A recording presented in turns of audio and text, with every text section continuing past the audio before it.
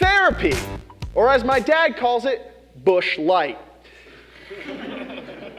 There are many forms of therapy: psychiatry, hypnosis, and couples counseling, which is when you pay a stranger $2,000 a month to watch you yell at your loved ones.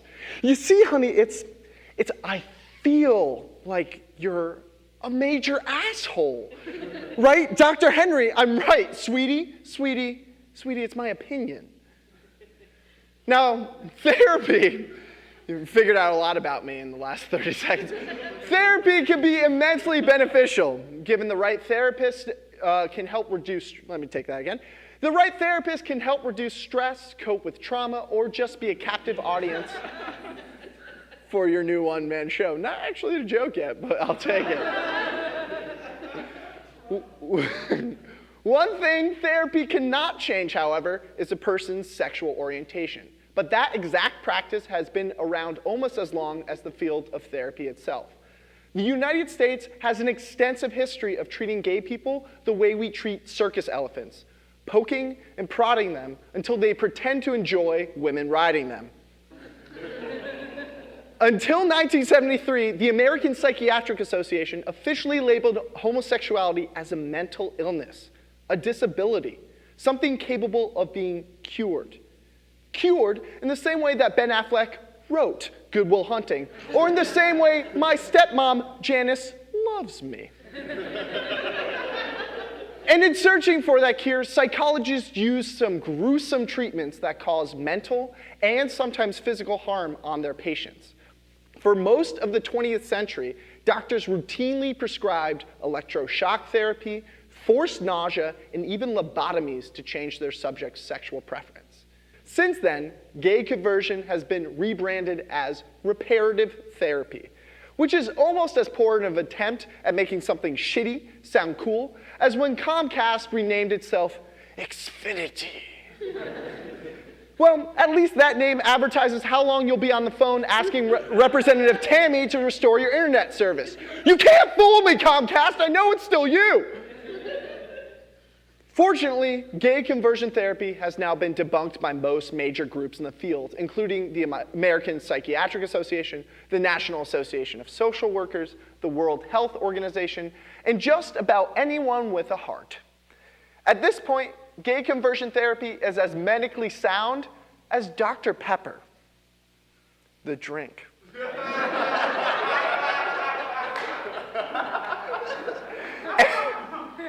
And unfortunately, while the methods have become less extreme, certain organizations nationwide continue to attempt to convert people from gay to straight, just like I convert potential girlfriends to strangers.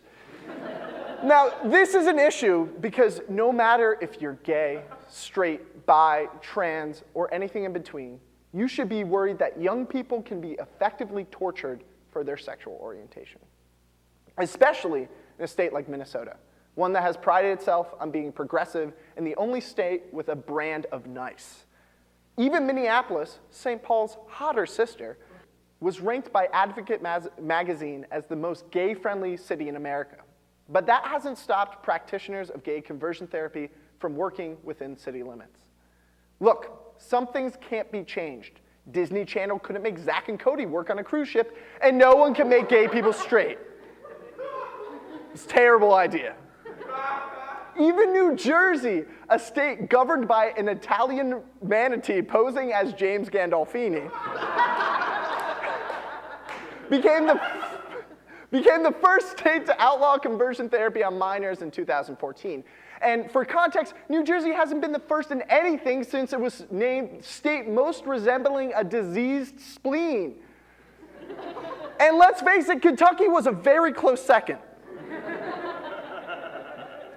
But that's an example of slight progress over 1,000 miles away. Let's head back to Minnesota, where we have this.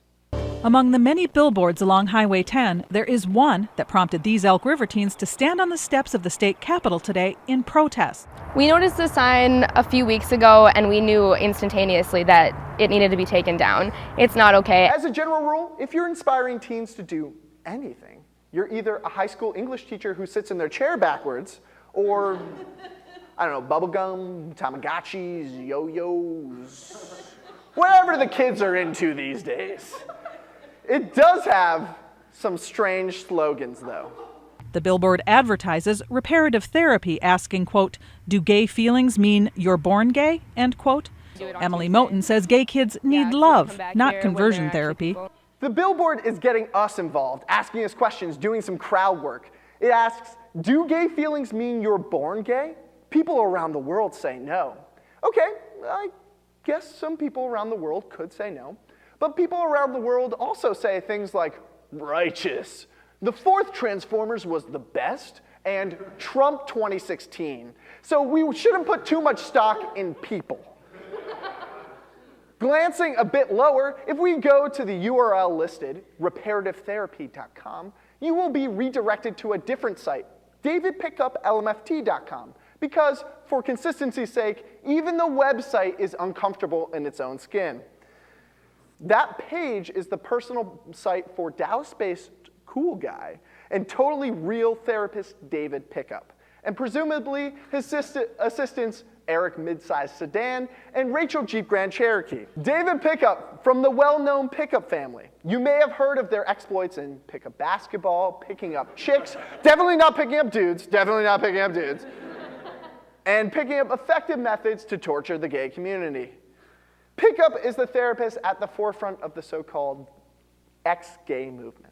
He serves as the head of the National Association of Research and Therapy for Sexuality, a trade organization for gay conversion.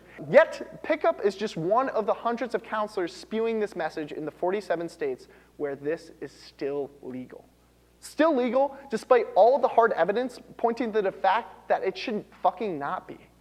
For example, according to a 2009 study by San Francisco State University, LGBT youth who received some form of gay conversion therapy were 8 times more likely to attempt suicide and nearly 6 times more likely to report high levels of depression. Those are some pretty stark statistics for an industry that claims to be justified by scientific evidence.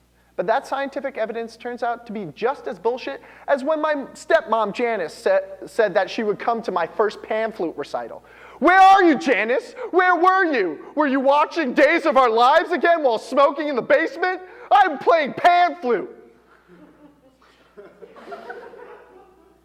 Proponents of conversion therapy regularly cite a study conducted by psychiatrist Robert Spitzer as proof that sexuality can be forcibly changed. The study focused on homosexual participants who allegedly wanted to reach what Spitzer called good heterosexual functioning. To attain GHF, one must have at least a 7, quote, a 7 out of 10 in the overall satisfaction in the emotional relationship. Really? A 7 out of 10 is a C minus. But apparently all you need is a C minus to pass as straight. That's right, C minuses, helping everyone get by since my junior year. For 9 years, this study held water in psychiatric circles. I say 9 years because Spitzer has since drastically changed his tune. Here's a quote from the letter he wrote to the New York Times in May of 2012. Quote, I believe I owe the gay community an apology for my study making unproven claims of the efficacy of reparative therapy. I also apologize to any gay person who wasted time and energy undergoing some form of reparative therapy because they believe I had proven that reparative therapy works. With such strong evidence against the practice, even most established gay conversion centers have disbanded. Exodus International, one of the biggest reparative therapy groups in the world, even shut their doors permanently in 2013 and issued a public apology to the LGBT community. Legs to stand on are becoming increasingly hard to find for the ex-gay movement. At this point, they are basically pogoing their way to the annals of history. But don't tell them that because they are pretty against annals to begin with. In total, there are nearly 30 clinics and church organizations statewide that still practice conversion therapy, including one group terrifyingly named Called Out Ministries. Called Out, that sounds like the Christian version of punks. And I'm sure that they don't have a host nearly as charismatic as Ashton Kutcher. Called Out Ministries is a Christian gay conversion center based in Minneapolis by ex-lesbian Janet Boynes. Let's take a look at one of Boyne's success stories, Christian Chisel. I feel like I have choices. The human brain is amazing, and I just believe that that's something that you can literally work through. And you think it's wrong in the eyes of God to be gay? It's not his plan for us.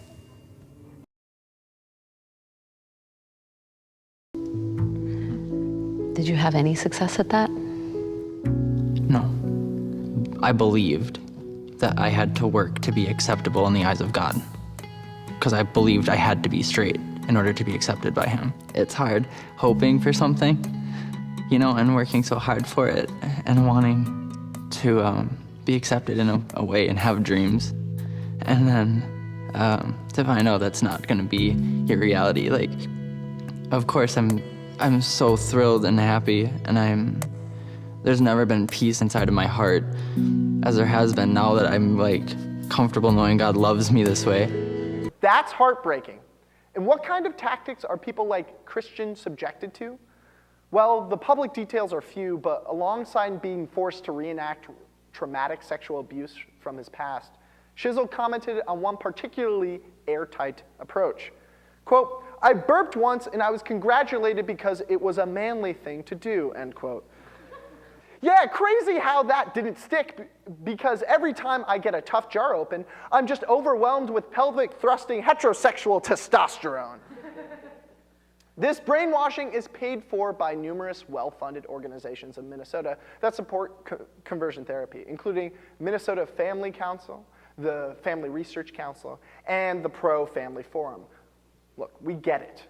You love families. Man on woman families. But family isn't about homophobia. It's about resenting your children for stealing your youth and killing your marriage. Let's get it right. And coming to my goddamn pan flute recital, Janice! That's what family is. But the icing atop this homophobic shit cake is that licensed therapists practicing conversion therapy can be reimbursed by the state when patients can't pay for their services. Medical assistance, Minnesota's low-income healthcare plan, covers this gay conversion therapy, meaning our tax dollars are literally paying for it. But luckily, that can change soon. Identical bills introduced in the Minnesota State Senate and House would ban conversion therapy on any patient under 18 and would disallow the use of Medicaid to pay for it. Go to this website here to find your representatives and tell them to support the Protection from Conversion Therapy Act to make sure that people don't suffer the same psychological abuse as Christian and so many others. It's not much, but it's something. And that's all we can ask for, since there's no real way to ban hateful, closed-minded thinking. As long as there are gay people, there will be uncles of gay people who swear that one more ride in the Dodge pickup will get them batting for the right team again. But despite all the hate and judgment in the world, there will always be love and acceptance, and as long as we have that, eventually we'll be the ones converting them. Thank you guys for MN10.